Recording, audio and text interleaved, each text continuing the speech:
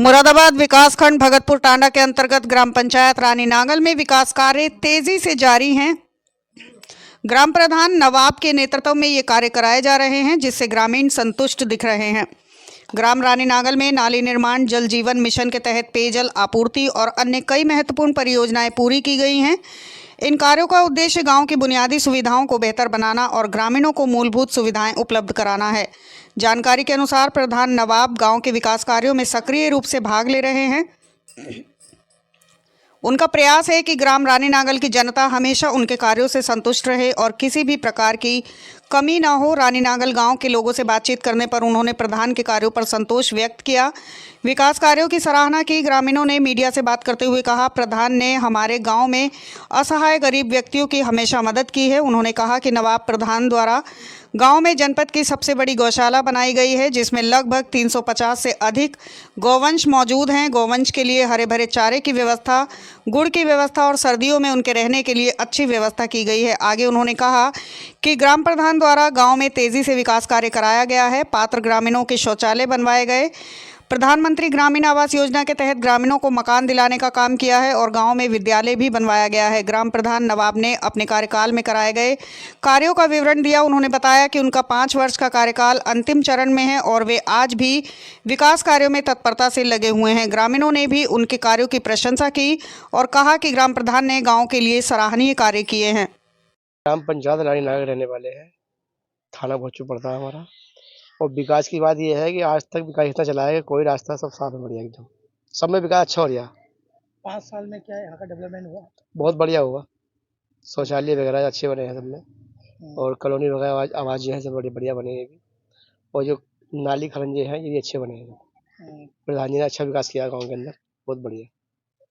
किस तरह की सड़कें बनी हुई हैं यहाँ पर? टाइल्स वाली है? टाइल्स है, यही जो टाइल्स लगी हुई है लगी हुई है, सब जगह टाइल्स लगी हुई है। अब क्या क्या कोई और मांग है आपकी? मांग का ये विकास की मांग है, विकास बढ़िया हो रहा है, कोई दिक्कत नहीं है। रास्ते बड़ी पक्के हैं सारे, इतने भी हैं। अच्छा काम कर रहे हैं। हाँ बढ़िया काम कर रहे हैं, एकदम नंबर 1 का। विकास के बारे में विकास के बारे में यही कहना चाहेंगे, काफ़ी अच्छा विकास करा है। और काफ़ी लोग जगह गड़ा बहुत था, सब में बढ़िया कर रखा। नाली वगैरह बनाई हैं काफ़ी अच्छे तरीके से। क्या क्या काम हुआ है यहाँ पर? काम यही टाइल्स वगैरह लगी हैं और नाली हैं इधर की, बाहर से लगी। काफ़ी गारा हुआ, चौमासे में चलने लायक नहीं थे आदमी। अब बहुत बढ़िया रास्ता हो गया बिल्कुल, सब गाड़ियाँ वगैरह सब जा रहे हैं आदमी निकल के।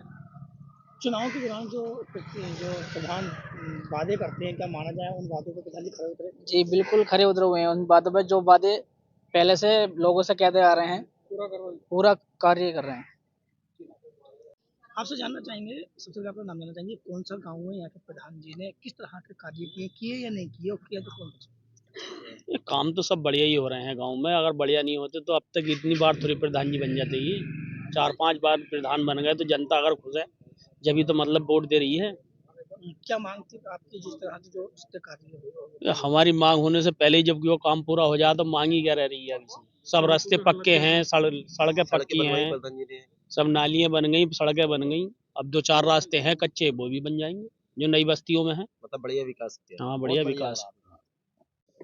देखिए, जनता को लाभ पहुंचाने का काम, जो भी सरकार की योजनाएं आई मिली हैं और जो आई हैं, वो सभी स्तर पे जनता को लाभ पहुंचाया है। जैसे कि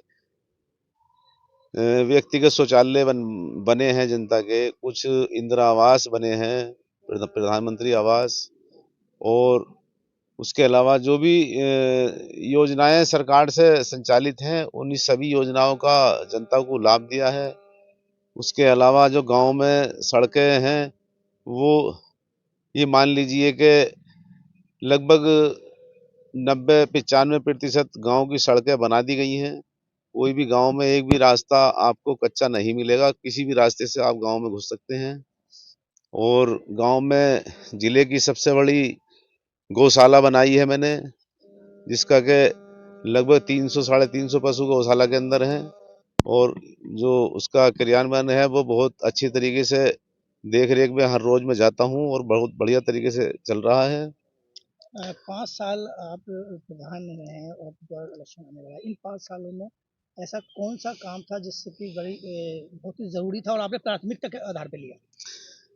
देखिए, एक रास्ता मेरे गांव से भोजपुर की दिशा को जाता है, जो उसकी लंबाई लगभग 1 किलोमीटर थी। वो ज़्यादा खराब था रास्ता।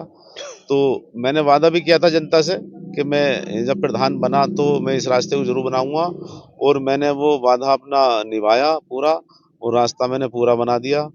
उसके अलावा गांव में सचिवालय वगैरह और जो सामुदायिक शौचालय और जो उप स्वास्थ्य केंद्र हैं, ये मैंने बनवाए हैं।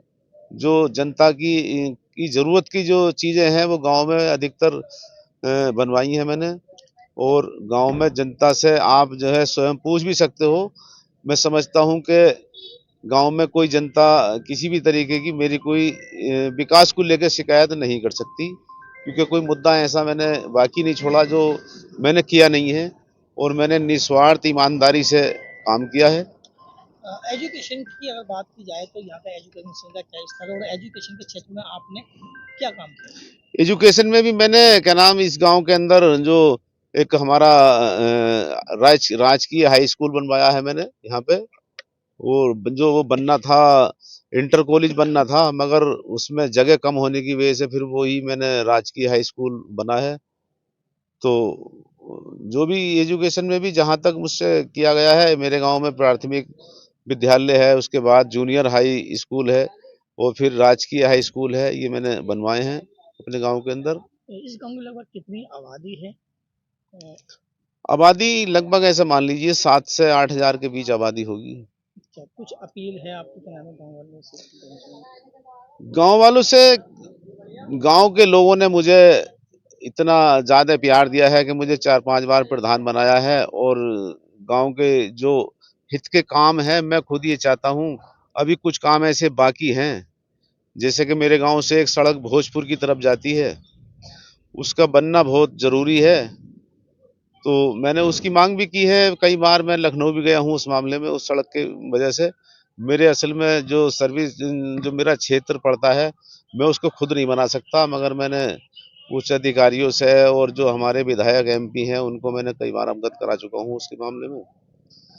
तो मैंने काफ़ी जो मेरा करने का है, जो जनता का काम है, मैंने वो काफ़ी ईमानदारी के साथ किया है। बाकी आप गांव की जनता से जहां चाहे हो पूछ सकते हो, मेरे कोई विकास के बारे में या किसी भी तरीके से कोई शिकायत आपको नहीं मिलेगी।